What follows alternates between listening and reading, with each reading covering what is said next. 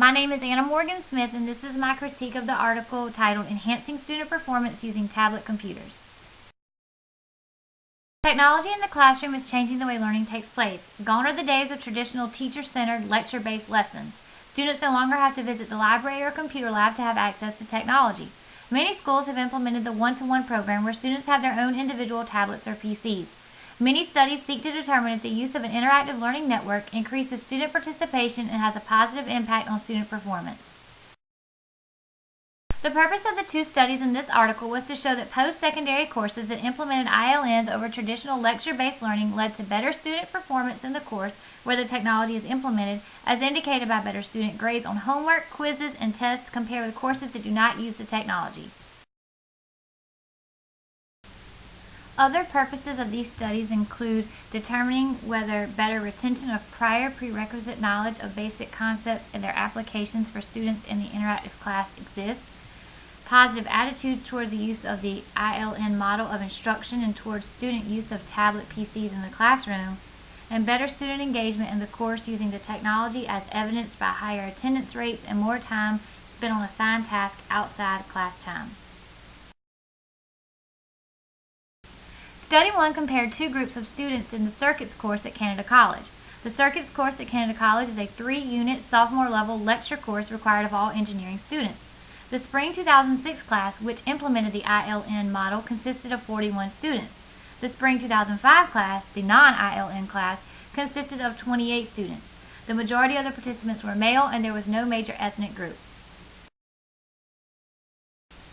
The second study examined two groups of students in Circuits courses, one at Canada College and one at San Francisco State University. Both of these courses were taught by the same teacher. The group of students from Canada College consisted of 16 students. The group from SFSU consisted of 46 students. Both groups of students were ethnically diverse, with Hispanics making up the biggest group at Canada College and Asians the biggest group at SFSU. The Canada group had a slightly lower percentage of female students, 12.5% versus 17.4%. In Study 1, the Spring 2006 class implemented the ILN model, and the Spring 2005 class used a traditional instructor-centered model. In Study 2, the Canada College group used the ILN model, and the SFSU group used the traditional model. All 4 of the courses were taught by the same instructor. In the ILN course, each student was given a tablet PC to use during lectures, and interactivity during delivery of new topics was achieved using NetSupport's instant survey and electronic whiteboard features that allow participation from all students. The non-ILN courses used the traditional lecture-based model where the instructor was instructor-centered and non-interactive during both the introduction of new topics and solutions of illustrative examples. Students that used the ILN were able to take electronic notes and annotate electronically, as well as write and manipulate formulas and make electronic sketches and diagrams. The ILN allowed the instructor to closely monitor students' progress and afforded the opportunity for immediate feedback concerning this progress.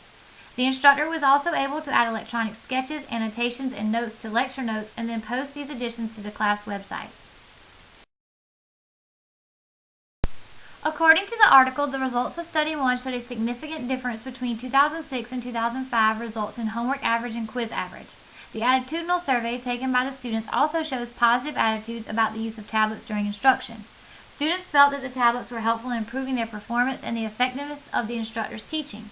They also noted a more positive learning environment was created by the use of ILN, as well as ease of communication with the instructor. The immediate feedback and quick assistance from the instructor were 2 more positive aspects of the use of the ILN. According to the article, consequently, the completion and submission rates of homework assignments for the interactive classes were observed to be higher compared with the traditional instructor-centered classes, greater than 95% completion rate for both interactive groups and less than 87% completion rate for the non-interactive group. The results from Study 2 showed differences between quiz, test, and final exam averages. However, there was no significant differences in homework averages.